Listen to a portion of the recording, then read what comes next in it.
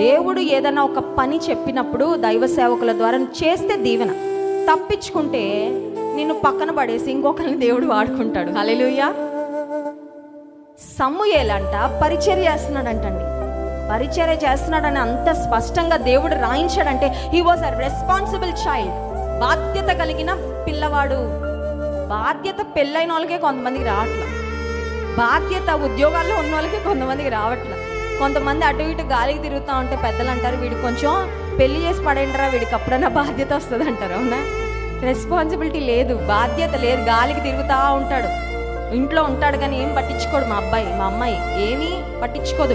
బాధ్యత తెలియాలంటే ఏదో భారం పడేయాలా నెత్తి మీద, అప్పుడు కానీ తెలుస్తుంది అంటారు. సమూయేలుకు కంపెల్లింగ్ రీజన్స్ ఏం లేవండి. సమూయేలు అక్కడ అర్జెంటుగా పరిచయం చేయకపోతే అక్కడ ఏమీ అయిపోదు. ఎవరు అతన్ని కంపెల్ చేయరు. ఎందుకంటే ఆ వయసు చాలా